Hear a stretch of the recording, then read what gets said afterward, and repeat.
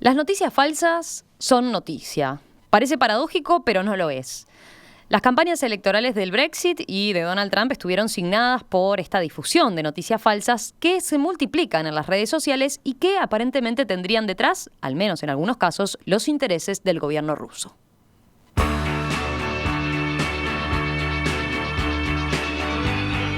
El año pasado, este problema afectó otras campañas electorales de gran escala. Potenció a los radicales de derecha alternativa para Alemania, que lograron una votación sorpresiva en ese país, y en España embarró la cancha a favor de la independencia de Cataluña. Uno de los más afectados fue el presidente francés, Emmanuel Macron. En la campaña presidencial del año pasado, las noticias falsas impulsaron, por ejemplo, a su rival principal, la ultraderechista Marine Le Pen. Ahora Macron anunció un proyecto de ley que buscará regular este fenómeno y eso despertó un montón de interrogantes. En los próximos minutos les proponemos profundizar en este tema y en su impacto en Europa. Para eso estamos con Rafael Mandresi, nuestro colaborador de En Perspectiva en París, a quien hoy por suerte tenemos acá cerquita en estudio, aprovechando sus últimas horas en Uruguay, ¿no? Últimas horas, sí, buenos días, ¿cómo les va? ¿Cómo anda, Rafael? ¿Todo bien? Muy bien, por suerte. ¿Tuviste ahí algún contratiempo para llegar del este? Tuve un pequeño problemita, sí, ayer. O sea que el paro no fue tan inocuo como dijimos nosotros hoy temprano. Sí, no sé, en realidad, en mi experiencia personal, no. ¿Tuviste algún retraso? Por lo menos en las líneas de transporte, entonces no era tan... En los interdepartamentales hubo allí, por lo menos para venir de Maldonado, salvo que yo haya tenido mucha mala suerte. ¿Ligaste muy mal? Ligué mal, sí.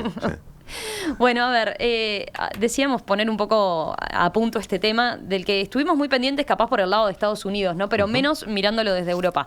Primero, si te parece, podemos empezar por una definición de qué son las fake news, estas noticias falsas y de qué hablamos cuando hablamos de este tema, ¿no? Sí, en realidad, tal vez lo primero es la traducción de fake news. Si realmente noticias falsas a secas es lo que mejor corresponde a eso, porque fake también es artificial, es construido.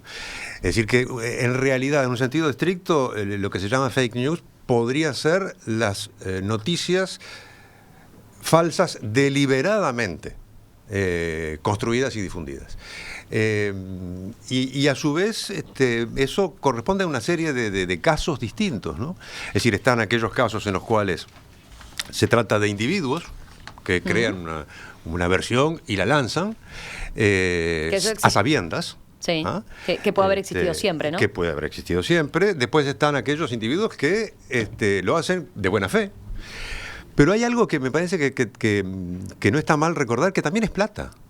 Es decir, si vos creás una noticia impactante, qué sé yo, no sé, que vuelve Luis Suárez a Nacional, ponele, y la lanzás, el número de clics, ¿ah? Eso factura. Claro. Así que también la intencionalidad de esa también existe. Y las agencias de publicidad les interesa eso, ¿no? Que se facture y se haga clics sin importar, bueno, si es verdad o no, pero esa noticia va a ser compartida y... Exacto, ¿no? O sea que hay digamos, pequeñas oficinas, por decirlo así, que lo que hacen es producir eso también con ese objetivo. Y después están, como en el caso del que más se ha hablado, que es el caso de Rusia o de otros, organizaciones, digamos, estatales o paraestatales que de repente con una intencionalidad de incidir políticamente también tienen servicios que generan este tipo de cosas. De esto, como recordabas recién, se ha acusado fundamentalmente al gobierno ruso o a organizaciones al servicio o relacionadas con el gobierno ruso, en particular en campañas electorales como la de Estados Unidos, pero también en Europa y en el caso de Francia en particular.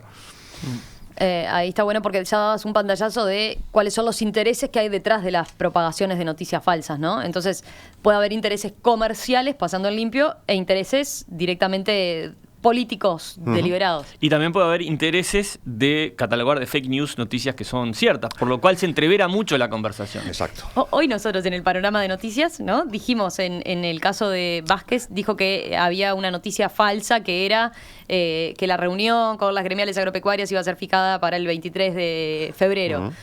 ahí se utilizaba ese término, pero hay otros que lo utilizan mucho más en el panorama internacional, ¿no? Estoy pensando en el presidente Donald Trump. Y también hay cosas que no son noticias en el sentido estricto, pero no hace mucho tiempo la Presidencia de la República desmintió la existencia de una cuenta personal de Twitter de Tabaré Vázquez. Es decir, hay un fake, pero que no es una noticia, es una cuenta que es fake. En realidad el término fake es un término informático muy, muy empleado para toda una serie de cosas que no son solo informaciones, no son solo contenidos, sino también cuentas falsas, identidades falsas, etcétera, ¿no? Y después está todo el tema de esa palabrita de lo falso, ¿no? Que es muy complicada. ¿Sí? ¿Hasta dónde? O sea, ¿cuál es la frontera de lo verdadero o lo falso? Con esto no quiero introducir una cosa muy relativista de que, en fin, todo es interpretable, porque hay cosas que son como son y no de otra manera. Pero también hay todo un segundo anillo en todo esto que tiene que ver con interpretaciones, con percepciones, con sensibilidades, con un color que aparece en los medios de comunicación, pero no solo en los medios de comunicación, y que están en una zona donde la determinación de lo verdadero o lo falso es bastante más complicada, ¿no? Sí, y donde las audiencias, ¿no?, terminamos en cierta medida siendo conejillos de indias de esas, ¿no?, campañas o fake o no fake o contrarrestar relatos diciendo que es falso cuando es cierto, y ahí está la opinión pública observando este fenómeno muy, muy desorientada, ¿no? Y además está, es decir, hay un asunto que es la creencia, y la creencia tiene que ver con la credibilidad. Ahora, el problema es a qué se le cree y por qué. Es decir, nosotros, digamos, gente bien, de buena compañía, tendemos a tener muy claro que hay medios que son creíbles porque son serios, profesionales, etcétera, y otros que no. Bueno, el mundo es un poco más complicado que esa visión que podemos tener nosotros, y habría que, yo no sé si existen o no, pero habría que quizá que disponer algún tipo de estudios de tipo sociológico u otros para saber qué públicos, qué sectores de la opinión pública le creen a quién y por qué. Y cómo eso cambia. A su vez. Es decir, ¿por qué el éxito de las teorías conspirativas? Que no es nuevo, pero que siguen teniendo una capacidad de propagación importantísima. ¿Por qué se tiende a compartir en las redes sociales, si hablamos de redes sociales, cierto tipo de informaciones más que otras? ¿Qué es lo que importa o no? A mí, todo esto me hacía acordar a un eslogan que tenía un diario de Nueva York, el New Yorker, creo, allá por los años 50, 60, que era: imprimimos todas las noticias que quepan. Es decir, ahí también es un medio, en el caso de esto es viejo, ¿no? Se refiere únicamente a la prensa, pero tiene un número determinado de páginas, hay que llenarlas. Es decir, no cambia el número de páginas en función de si hay más o menos cosas interesantes. Lo que se pueda poner, se pone. Claro. Y ahora entonces, es infinito eso, ¿no? Y ahora, exacto. Y eso, las fronteras materiales de eso reventaron. Es que ahí el factor quizás más novedoso, entonces, en este tema, más allá de las complejidades que tiene el concepto como tal, son las redes sociales, ¿no? Y todos los fenómenos asociados a las redes sociales, ¿no? Lo que pasa es que las redes sociales, creo yo, lo que hacen es, en primer lugar, generar un salto de escala cuantitativo. Es decir, la cantidad de texto o de información que se difunde es infinitamente mayor que la que podían contener los medios de comunicación hasta hace 20 años. Y por otro lado, el factor adicional de que en definitiva no está concentrado en las manos de profesionales o de gente más o menos profesional, sino que cualquiera lo hace. Y no lo estoy criticando, simplemente es un hecho. Es decir, no tengo muy claro si es una cosa buena o mala, y probablemente no sea ninguna de las dos cosas, o lo sea ambas cosas a la vez. Pero en todo caso, eso también genera un tipo de flujo distinto al que podía haber hasta principios del siglo XXI, por poner una fecha, un periodo más o menos arbitrario, ¿no? Ahí impulsado también por los famosos bots y trolls, ¿no? Incluso, que son herramientas informáticas. Exacto. Que ayudan a reproducir, o sea, programas informáticos que lo que hacen es repetir cosas, ¿no? A través de los algoritmos, que de alguna manera fomentan también el problema, por decirlo de alguna manera. La introducción de la automatización. Es decir, que hay máquinas, por decirlo entre comillas, que pueden, a su vez, trabajar por sí solas, por supuesto debidamente orientadas por quien las emplea, pero eso también multiplica la cantidad de digamos, de presencias públicas. Y lo que hay son algunos cambios. O sea, yo tengo siempre mucha desconfianza tanto con los discursos apocalípticos como con los hiperintegrados, para citar a Humberto Eco. Es decir, yo no creo que haya una radical ruptura y tampoco que sea lo mismo de siempre. En el sentido de que las noticias falsas, por supuesto, que no son una cosa, digamos, el lanzamiento de rumores, de infundios, de calumnias, con intencionalidad o sin ella, en fin, no es algo nuevo. Esto existe por lo menos de lo que yo conozco desde el siglo XVII en materia de prensa. Pero sí es cierto que lo que hay son algunos cambios importantes en los modos de circulación de la información y en los aspectos cuantitativos, ¿no? Que es lo que permite justamente, aunque eso no está para nada claro, en realidad, incidir. Ahora, ¿hasta qué punto?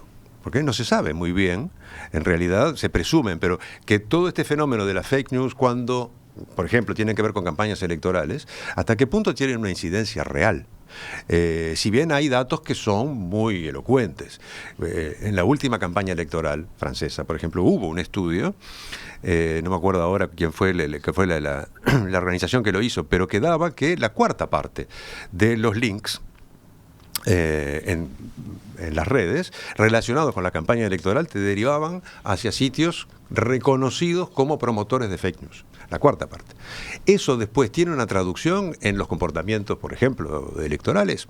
No está claro, es decir, porque no se ha investigado, por lo menos yo no conozco resultados o investigaciones de esa naturaleza. De modo que también allí lo que hay es mucho impresionismo, ¿no? Es decir, bueno, esto es importante, peligroso, influyente. ¿Hasta qué punto?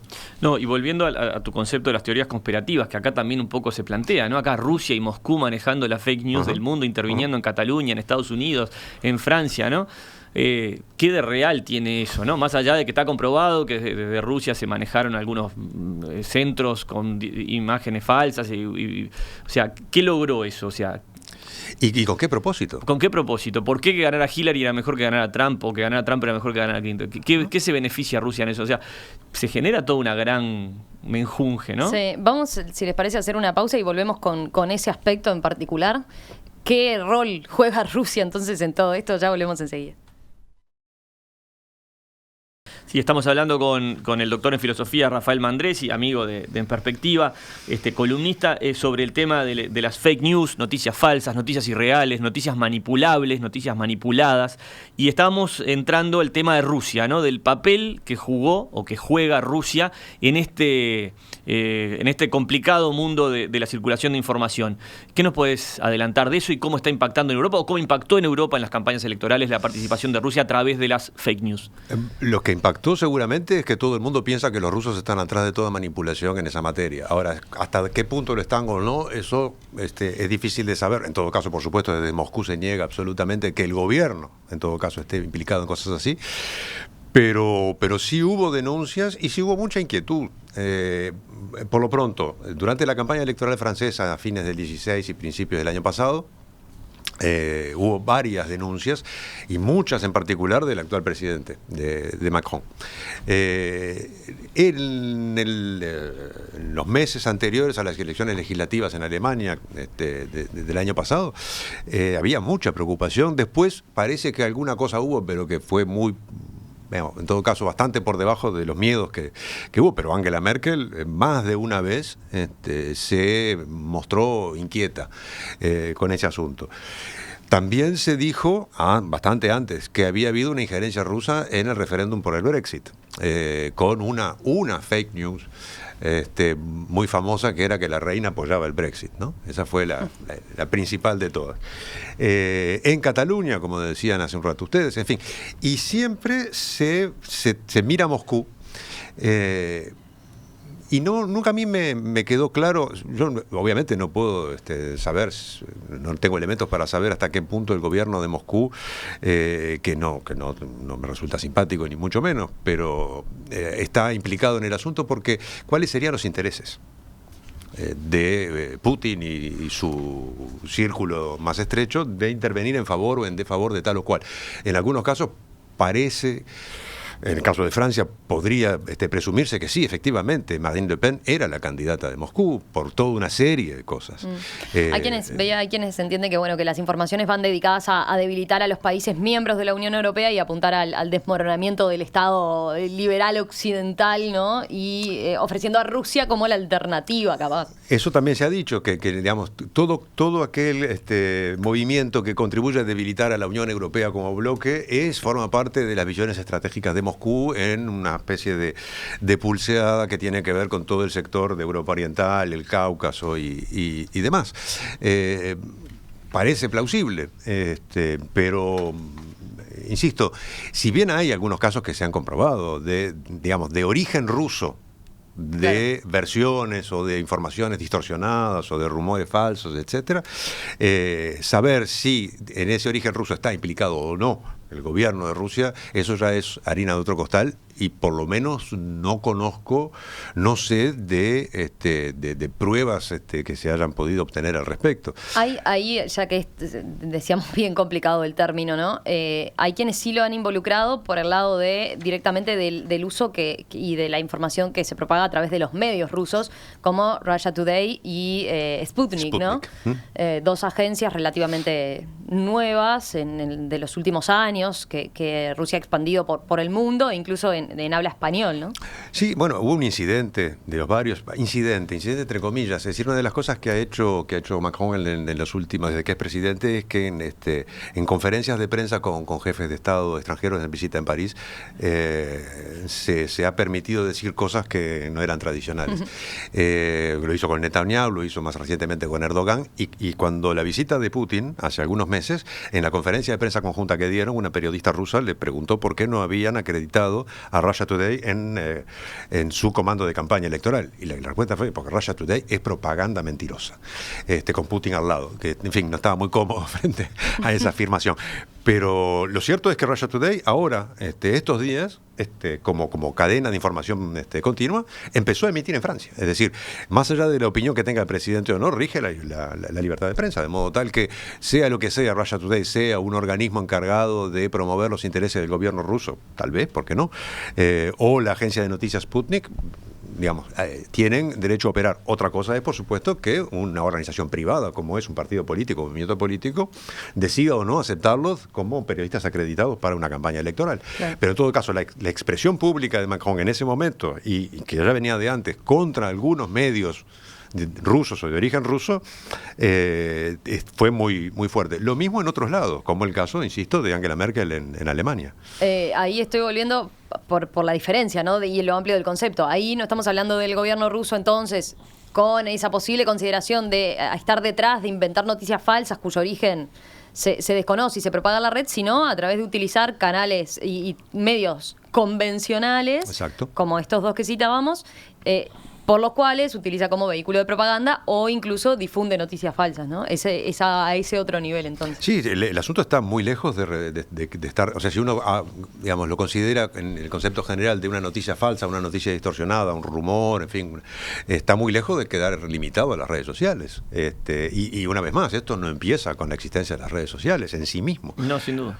Y incluso la discusión se complejiza, porque estamos hablando de Rusia y del impacto de Rusia en las campañas electorales europeas, o el Brexit o Cataluña, ¿no? Pero también en la medida que Trump adoptó el término y lo ha usado sistemáticamente para atacar al Washington Post, al New York Times, a CNN, a NBC, se complejiza, porque ahí la utilización de fake news es diferente a la que estamos hablando ahora de lo de Rusia. Entonces, exacto, es un momento que es importante meter cabeza crítica para saber de qué estamos hablando, ¿no? Rafa, vos mencionabas un poco el panorama en los distintos países de Europa, ¿no? Estoy pensando, veía una nota del País de Madrid, creo que era, que señalaba que el Consejo Europeo creó directamente en 2015 un grupo de trabajo en particular dedicado a combatir las campañas de injerencia rusa. Algo que decían, bueno, la Unión Europea notó especialmente la crisis de Ucrania y la anexión de Crimea a Rusia. ¿Cómo es esto? Porque capaz que no se tiene tanta información al respecto y llama la atención que directamente haya un grupo de trabajo formado por periodistas, por especialistas en... Es que forma parte de toda una serie de cosas que se han estado creando o que se proyecta crear en los próximos tiempos, meses o años, que son como comandos o como brigadas para conducir una supuesta guerra digital. Yo tengo la impresión de que de todos modos, si algo de eso efectivamente está ocurriendo y de manera seria y consolidada, es en el sector privado y no tanto a nivel gubernamental. Es decir, el tema económico, el tema de la guerra digital o del espionaje digital en las grandes corporaciones es probablemente un asunto bastante más complicado y donde seguramente hay iniciativas que se conocen mucho menos o que directamente no se conocen porque no se difunden, pero que están muy activas. Que haya participación de los gobiernos también en eso, en algunos países donde los gobiernos tienen una relación muy directa con el sector económico, como en el caso de Rusia, entre otros, en el caso de China, ni que hablar, es probable también. El caso de la Unión Europea, lo que pasa es que precisamente están en la misma, o sea, combatir por decirlo de manera sintética y gruesa, las fake news rusas, ¿por qué no? Pero ¿por qué no combatir las fake news en general, ya que estamos? Que muchas veces vienen de adentro. Es decir, todo lo que circuló acerca del estado de salud de Hillary Clinton, por ejemplo, no está muy claro que haya sido una cuestión rusa, sino que venía de los comandos de campaña de Trump. En el caso de países europeos es también lo mismo. Es decir, las cosas no tienen un centro único en todo caso, sino que precisamente por las características de ciertos modos de circulación de la información en el mundo digital, es mucho más policéntrico, es mucho más complicado, por lo tanto, de controlar, lo cual no quiere decir que sea imposible y ojalá sea posible dentro de un marco de respeto a la libertad de prensa y de la libertad de expresión. Claro, que es lo que está un poco cuestionado, ¿no? ¿Cuál es el límite si entramos a regular de la libre circulación de información? Vamos, si les parece, a ver enseguida lo del proyecto francés, ¿no? ¿Qué se propone Macron para abordar este tema? Yendo a eso, al proyecto francés, el proyecto de ley de Emmanuel Macron. Como dijimos al principio, el presidente anunció un proyecto de ley para prohibir el fenómeno de las noticias falsas. Todavía no se tienen las particularidades, ¿no? ¿Cómo se va a lograr bajar a tierra o hay algún detalle? No, o sea, en realidad todavía no hay un proyecto de ley. Lo que hizo Macron fue en una suerte de ritual francés, que es que el presidente de la República se pasa el mes de enero saludando por el nuevo año a distintos sectores de actividad y demás. El 3 de enero pasado lo hizo frente a los medios de prensa, a los periodistas, y allí anunció que su intención de combatir el fenómeno de las fake news en periodos electorales, precisamente, y hacerlo a través de una modificación del orden jurídico, es decir, con un proyecto de ley que estaría enviándose al Parlamento en los próximos meses. Lo único que se sabe es lo que dijo en ese momento acerca de por dónde podría ir esto. Y básicamente la idea es darle mayor transparencia a quien está detrás del asunto, y sobre todo a quien paga. Esa es la idea principal. Es decir, cada vez que haya un señalamiento de algún sitio que a través de una cuenta, por ejemplo, una plataforma web, difunda una noticia de este tipo, la obligación de indicar quién es el anunciante. Y en esto tiene Rusia en la cabeza, porque el tema es que Rusia pagaría justamente por difundir determinado tipo de informaciones y con sanciones que pueden ir desde el cierre de la cuenta hasta bloquear el sitio. Uh-huh. Todo a través de la transferencia de las decisiones a la autoridad judicial. Eso es lo que anunció, eso es todo lo que se sabe por el momento. Pero no es un estreno tampoco, porque en realidad el único país europeo donde ya existe, ya rige, desde hace pocos días, desde el 1 de enero, una ley sobre este punto es en Alemania, justamente. En Alemania, a partir del 1 de enero, está en vigor una ley que tiene un nombre que yo no puedo pronunciar, porque son esas palabras alemanas que tienen 25 letras, pero que básicamente, y que es muy duro, durísimo es, porque lo que prevé es que que cualquier usuario puede denunciar la aparición de algún tipo de información ilegal, lo cual básicamente comprende lo que estamos conversando ahora de las fake news o mensajes de odio. Y esto responde a toda una serie, a una explosión de mensajes en las redes y en otras partes desde el año 2015, cuando el tema de los refugiados y la llegada de muchos refugiados a Alemania, que propició también el crecimiento de la ultraderecha, según se dice. Y las sanciones que puede haber en el caso alemán, donde esto ya rige, insisto, van hasta multas de 50 millones de euros para los sitios en cuestión, incluido su cierre también. Es muy problemático todo este tema. Ha levantado una gran cantidad de críticas, tanto el proyecto alemán que existe como este anuncio del presidente de Francia, porque el punto es quién decide qué es verdadero o falso. Eso ya, para empezar, es muy complicado. En principio lo está decidiendo o lo decidiría un juez. ¿Es la tarea del Poder Judicial decidir si una información es verdadera o falsa? Eso es muy discutible. Y las consecuencias que eso prevé, es decir, del bloqueo de la circulación de la información en algunos casos, también es un asunto muy resbaladizo. Sí, puede caer en una censura y terminar siendo exacto, un problema de ese tipo. Por otra parte, en el caso de Francia, hay una cosa que me parece interesante recordar. Existe, y está en vigente hoy, una ley que data de 1881, Ley de Libertad de Expresión, que ya prevé, incluso para Internet, aunque parezca, no porque hable de Internet naturalmente, pero que habla de las noticias falsas que se difundan de manera deliberada a través de la prensa y de cualquier otro medio, es decir, que podría haber cualquier medio contemporáneo, y ya prevé toda una serie de medidas que durante todo el siglo XX concernían a la prensa tradicional, donde hay toda una regulación jurídica de la redacción responsable, es decir, donde la palabra responsable algo quiere decir, es decir, hay responsables jurídicos en distintos soportes, en distintas estructuras, que son quienes, en particular ellos, responden ante denuncias que pueda haber sobre todo tipo de cosas, desde difamación, de falsedad, del derecho a réplica. ¿Cómo se puede adaptar esto si es necesario que se adapte, a otro tipo de medios, otro tipo de soportes? Esa es una discusión importante, es muy delicada. Y es probablemente, frente a estas iniciativas, uno de los temas de discusión que va a estar sobre la mesa en los próximos meses. Claro, y aparte ahí entra otro concepto que tiene que ver con el mundo que estamos viviendo, que tiene que ver con el concepto de dónde rige esa ley, porque si es desde Moscú que están, ¿cómo vos pleiteás con alguien que por ahí no sabés quién es? ¿No? Que lo que pasó un poco con Airbnb, con Uber, ¿no? Que las fronteras legales pasan a ser totalmente relativas y todavía no hay una regulación planetaria, digamos, para poder acudir en ese tipo de casos. Es que forma parte de los grandes asuntos que van a necesitar, más temprano que tarde, creo yo, lo cual no quiere decir que llegue temprano, pero yo creo que lo necesitarían temprano, algún tipo de regulación internacional, como los temas ambientales, como otro tipo de temas que no pueden ser tratados a nivel local, por más grande que sea lo local. Yo siempre pongo, para mí, el mejor ejemplo, el ejemplo más logrado de tratamiento global de un tema es la IATA, el transporte de la aviación civil. También está la FIFA, pero no es un lindo ejemplo.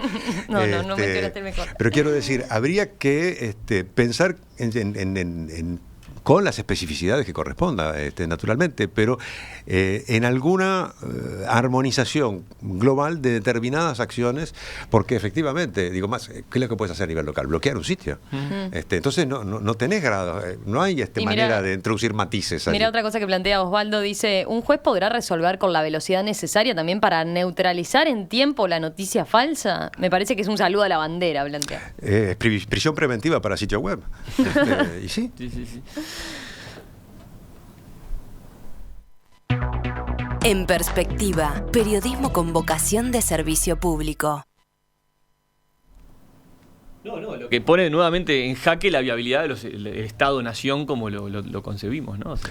Sí, las cosas obviamente necesariamente van a tener que cambiar en ese sentido, pero los Estados-Nación han demostrado ser muy resistentes. Es decir, son procesos largos, históricamente complicados y con transiciones, pero probablemente haya algunos asuntos que por su existencia y su existencia complicada y real, yo pienso siempre en primer lugar en los temas ambientales que me parecen gravísimos y muy urgentes, van a obligar a encontrar niveles de decisión más globales que lo que sea el Estado-Nación o grupos de Estado-Nación como la Unión Europea u otros bloques, ¿no? O países gigantes como Estados Unidos, China, Rusia y otros. Mira, Alejandro dice, el secreto y la mentira han sido dos pilares fundamentales en la consolidación del poder en todos los tiempos. Toda esa preocupación con las fake news deberíamos pensarla en términos de que al ser manejadas por fantasmas, dice, los detentores del poder convencional están muy preocupados. Y ojo con la censura, eso es lo que plantea Alejandro. Sí, que claramente es el límite que no hay que cruzar, porque una vez que se cruza, después no se vuelve. Después no hay marcha atrás. La marcha atrás es muy difícil. Rafael, ha sido un placer, como siempre. Para mí. Gracias, Rafa. ¿Te volvés ya? Dentro de algunas horas. Ah, bueno. Apenas. Muy bien, buen retorno. Así que entonces. la próxima va a ser desde el frío. La próxima desde el frío y supongo que será en la mesa Inter de las próximas semanas, seguramente ahí, con la imagen de tu cocina de fondo, ¿te parece? Bueno, cómo no. Un abrazo y buen retorno. Gracias.